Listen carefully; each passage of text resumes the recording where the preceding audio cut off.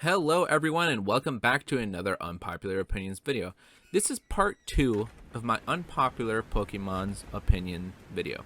So, if you haven't already, please go check out part 1 before watching this one. Well, with that being said, let's jump right into this. Generation 5. Now, this is a weird generation. You either absolutely love this generation or you don't. As for myself, I don't really like Generation 5. I never have. To be fair, this is the only generation of Pokemon I skipped out on, and just recently played it like 10 years after these games initially came out. But the same flaws back then still stuck out to me 10 years later. Gen 5's biggest major flaw in my eyes is simply the Pokemon designs. Now, whoa, wait, hold up. I can already hear people saying, yeah, you think Gen 5's Pokemon designs are bad? Well, Gen 1 had even worse designs. Look at Diglett, Magnemite, or even Voltorb. Yes, you are correct. Gen 1 did have some bad designs, and I'm not going to argue that fact. However, you also cannot deny the fact that Gen 5 also had bad designs. And in my opinion, it has more terrible designs than Gen 1 does. In my opinion, Gen 1 has a handful of badly designed Pokemon, where in Generation 5, I feel like 90% of the Pokemon are poorly designed. They just didn't stick with me. I didn't like them, but that's just me personally. The developers had even came out and talked and tried saying that, when creating Pokemon for Generation 5, we tried to make them more cool looking, which resulted in them adding like spikes and more complicated designs to them. Masuda told the design team to make Gen 5's Pokemon cooler than the Pokemon from previous gens, which led to most Unova designs having sharper angles, whereas earlier Pokemon were much more round. The next thing I want to talk about with Gen 5 is the story. Now, I can give credit where credit is due and agree with most people when saying Generation 5 probably has the best story in the series.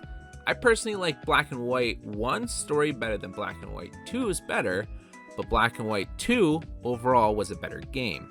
The main reason was that in Black and White 1, you were forced to use Gen 5 Pokemon till post-game, which is an awful idea. I mean, I get the concept behind it, but it shouldn't be forced down our throats. If I want to blow through the entire game with a Charizard just like I did with all the other generations, then let me do it. Let me play the game how I want. Give me free control. Lastly, I want to touch up on the graphics. Now, this is by far the best looking Pokemon game in my opinion. The overworld looked great. It even had a seasons mechanic, which I really loved. The sprites were all amazing, and finally, animating the Pokemon sprites was an amazing touch, as well as the battle animations looked amazing as well. Overall, like I said, I think this is the best looking Pokemon game to date. Generation 6 seems to be one of those games that most people seem to hate, and honestly, I don't really see why. Some of the flaws I can agree with is having a bad story that revolves around being fucking stylish. I mean, come on, man.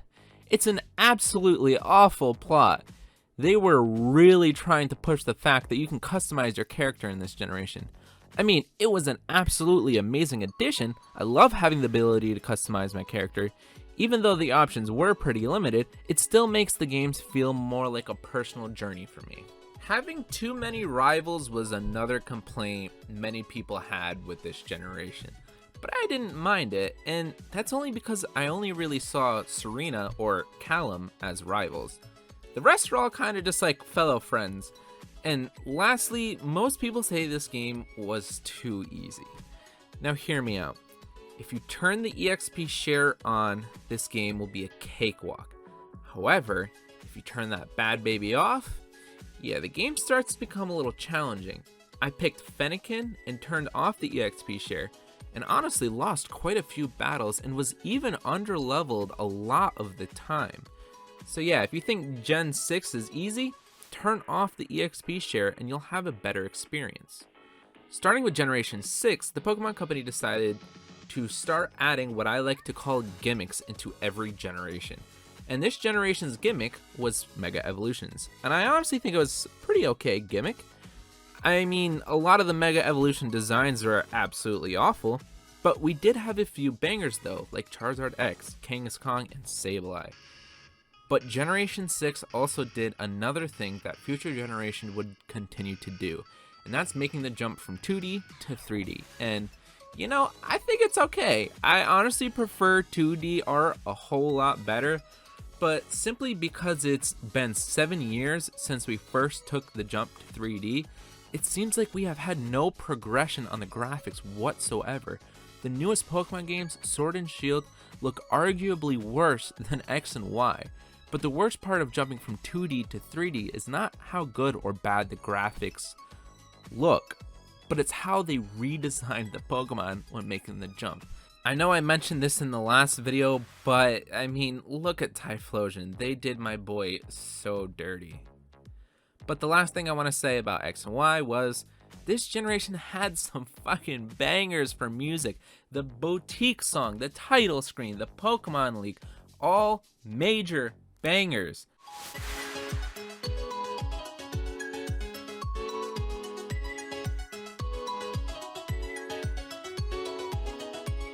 Some of the best music we have ever had in the series.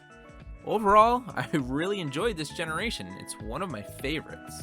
But jumping from one of my favorites to one of my least favorites, Generation 7, Pokemon Sun and Moon. This generation did so many things bad and a few things good. Let's start off with the good. This game has some really amazing designs for Pokemon. The starters were honestly all amazing. Litten's final evolution may not be the best, but that's the only exception. The new Pokemon like Vikavolt, Mimikyu, and Rockruff were all amazing. And honestly, the new gimmick that they brought into this game, regional variants, were pretty good too. Honestly, some of these regional variants are some of my newest favorite Pokemon, such as Alolan Raichu, Marowak, and Vulpix.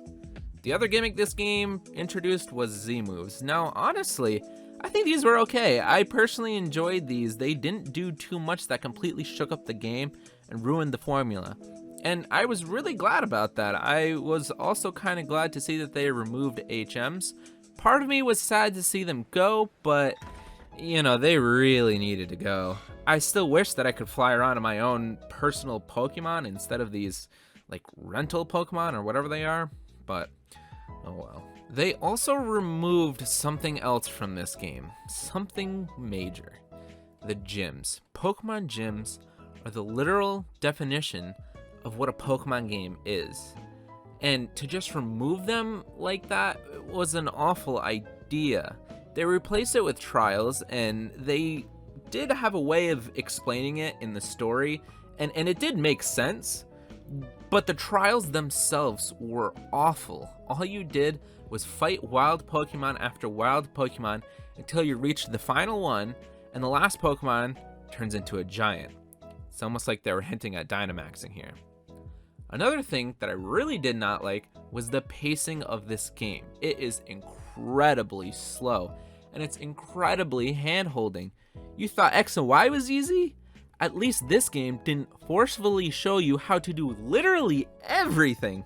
I remember first playing Sun when it came out, and it took me 4 hours to get to the first route of the game because there was so much hand-holding for literally no reason at all. And a quick side note, when this game first dropped, people hyped up the story so much, but in reality, it was very lackluster. I mean, there's only really one big plot twist, and the rest is just kind of forgettable. And lastly, I felt as if this Pokemon generation just dumped so many useless features at us. Features that we would literally use once, and that was it. Honestly, tell me how many times you used the Pokefinder, because I used it that one time where they forcefully introduced it to you, and I never fucking touched it again. And lastly, Generation 8. Now, I'm going to make this part really short because I'm thinking of doing a full depth review of Generation 8 and my thoughts and opinions on it. But a short TLDR, this game looks like shit for being the first home console Pokemon game. The battle animations and graphics are awful. The new Pokemon are not that bad though. My newest favorite being Corviknight and Raboot. The story is awful. The DLC stories are a little bit better. The music was either a hit or a miss. A few bangers, but also a lot of forgettable tracks too. The gyms were awful. However, the emphasis on gym battles were amazing and I loved it. Dynamax and Gigantamaxing are honestly the dumbest and quite frankly, the worst gimmicks we have gotten so far. My least favorite so far is not worth the $60 for the base game plus $30 for all the DLC. This game, even with the DLC, is not worth $90, not worth $60, but I think maybe $40 to $50 is a good price to pay for the base game and DLC. $90 is way too expensive for this obviously rushed game. Well, that's about all I gotta say of all of the Pokemon generations so far. Let me know what you guys think down below in the comments. Leave a like if you liked the video. And don't forget to hit that subscribe button and ring the notification bell so you can stay updated whenever I post a new Pokemon video. Well, with that being said, I hope you all have a wonderful day today.